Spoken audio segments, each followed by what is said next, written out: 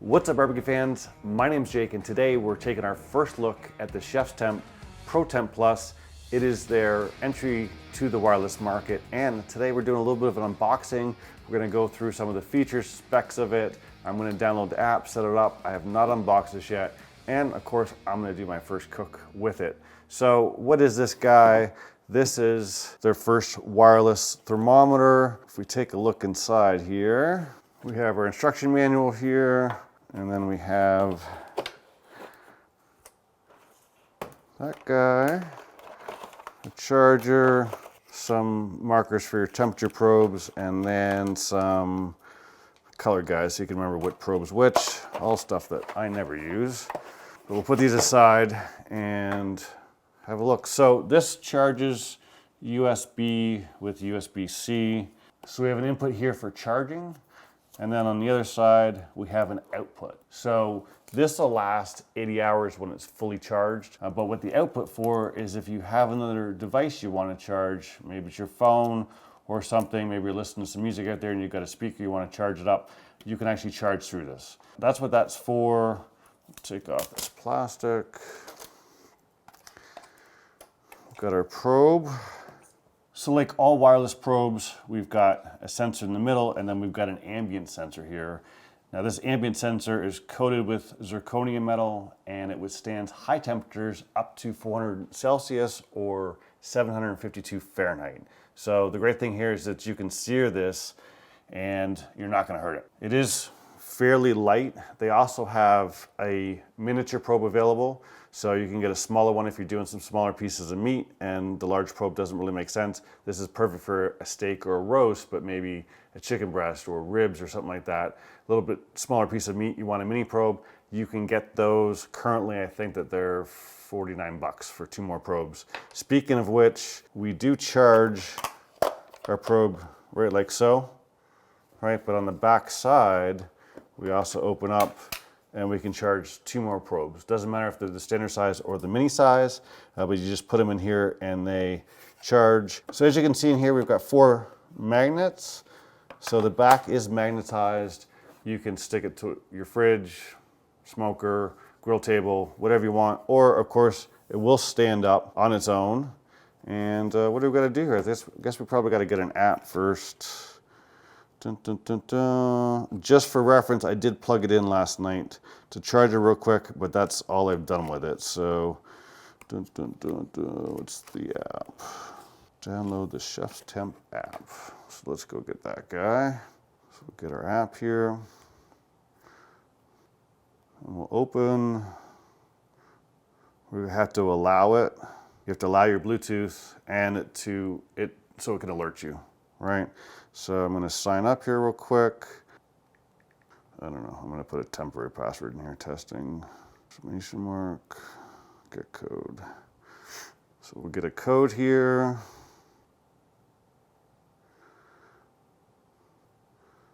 So we'll log in.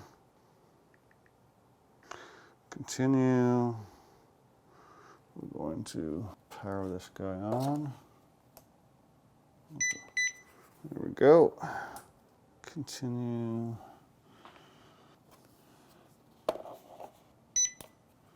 Add device. Press and hold the power. I gotta take out the probe from the charger. I missed that. Take the probe out from the charger. Press and hold both buttons. So you can see it saying C1 right now. We'll search for devices. Connected. Connect the Wi-Fi. And we'll search. You can see my wireless network name here, Conscript. Bonus points down below if you know what that relates to. And I'll put my wireless password in here. So it connected up to the wireless and we can start cooking. So we've got, some basic menus in here. Beef, pork, lamb, poultry. If I go chicken and I go breast, it tells me roughly 165, scrolls down. Okay, fair enough. So we download the app, we set up an account, we verified, then we connect to Bluetooth and wireless. No problems. So let's go over specs. The one thing I want to point out real quick is last night when I took this out of the box, it was downstairs in the basement, it was dark, and I was just rushing. I just wanted to charge it real quick, and I plugged into the output section here, which doesn't charge. So my battery's actually flashing low at me. What I realized here is you plug it to the input side, and we get a beep. That's how we know we're charging. Last night I thought it was odd that it didn't beep or anything, but I didn't think anything of it. I was in a rush, and we did not charge. So we've got a full display here. We've got our ambient temperature, and we've got our meat temperature, which right now is saying 75. And then what we have is we've got a green probe here. There's a red and there's a blue one if you have more than one probe on it, so it'll tell you that. You can flip back and forth between Fahrenheit and Celsius if you want. Now our probe here, this is the first probe of its kind with a thermocoupler and a digital sensor. So that's supposed to give you more precise readings, and it reads very quick at 5 seconds. It's accurate down to 0.9 Fahrenheit or 0.5 Celsius. Other than that, I mean, we've talked about the multiple probes, we've talked about this lasting 80 hours, unlimited wireless, and our high temp ambient probe here. So I think we just got to put it to work. To do that, we're going to look at this guy right here. So this is a Angus strip steak. I picked it up yesterday morning. It's actually been dry brining in the fridge for about 28 hours now. So it's a good size, probably 1.25 inches or so thick. We will put this guy in, and we're going to try a new cooking technique that I stumbled across not too long ago, and we're going to see how it works. It's called cold searing. So what we're going to do is we're going to put that in there. We'll grab my phone here. We will open up our app. So what we'll do is we'll tap to set up our cook here. We're going to go to beef, and this is a New York strip. Oh, one way. I'm going to cook this till about 130. It gives you some rare, medium, and well done. I mean, if you're cooking your steak well done, you should not be on this channel. I cook it higher than most, but you definitely don't want to cook it well done. And we'll start our cook here. So we insert our meat probe fully, which I've already done. And we're going to put this guy close to our stove here. All right, so the one thing about cold searing is you want to let this temper. Leave it outside for 30 minutes, an hour tops. That's all you need to do to it. I did dry brine it. Now what we're going to do is we're going to put some pepper on here, and then I'll show you what cold searing is all about. Get out our friend the pepper can in here.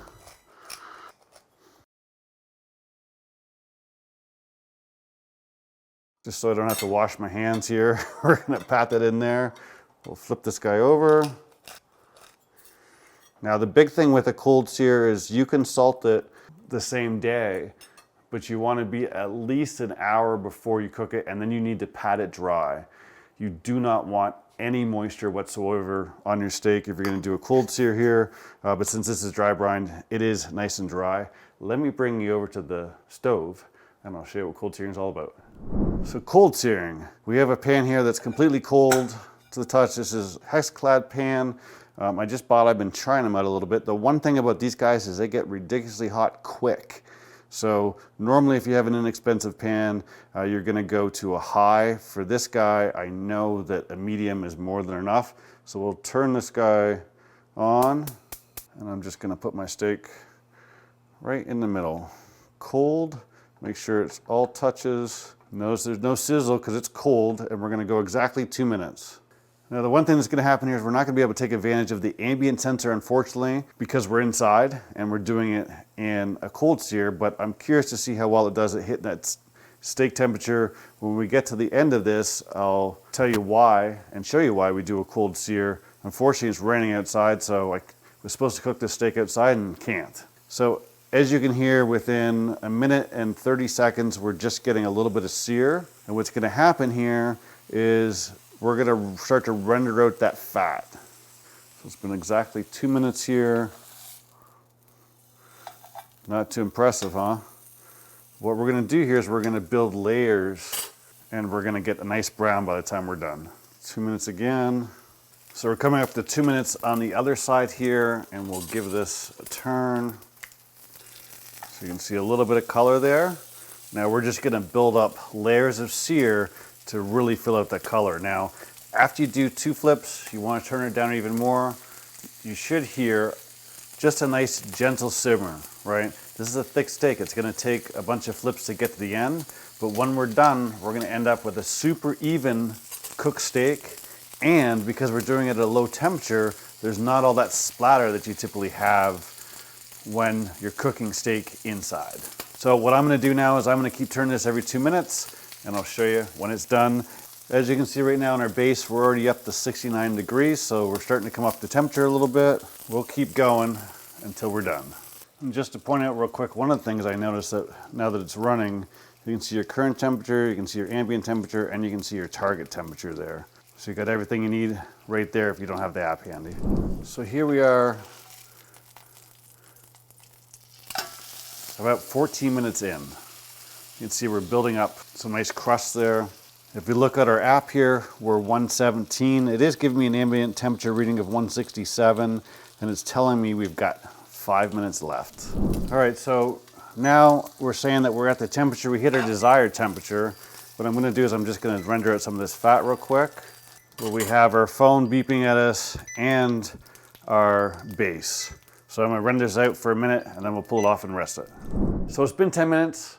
Interestingly enough, that was enough time for it to come up 10 degrees and come back down 5 or 6. So the one thing that we learned right away in this first cook is that when you set a temperature on this, that's when it's going to tell you to remove it, right? If you have a meter, it gives you a warning early, tells you to remove it, and it accounts for carryover. This does not. Not a big deal. You just have to be aware of that. In this case, we went up a little higher than I wanted in carryover, but we'll see how it did. I will know for next time. The one thing I like is that big end to pulling out of your meat. So let's pull this guy, cut this right here. And there you go. Do get a little bit of a gray line, but we've got a good color on the inside. I should have actually cut off some of the fat cap for this one. It was an extra thick fat cap. Okay for the grill, not okay for a pan. Let's give this a try.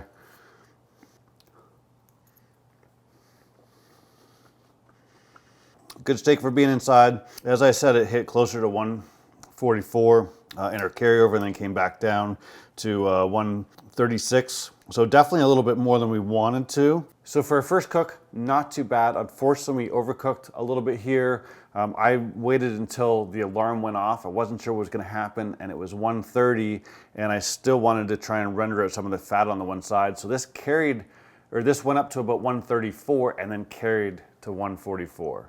So it overcooked a little bit, but that was my own fault, right? Next time we use it, we won't make that mistake. So overall, for a first cook, I think it went pretty well. Obviously, it's gonna take a little bit of time for me to experiment and get used to it. I will take you guys along for the ride on that. And right now, if you wanna save 25% on it, I have a code RamenCook25. You'll save 25%. I'll be using this in upcoming cooks, and in a few months, I'll do a review and we'll see how we make out. Thanks as always for watching. If you liked the video, give it a thumbs up while you're down there. Don't forget to hit subscribe. I'll see you soon.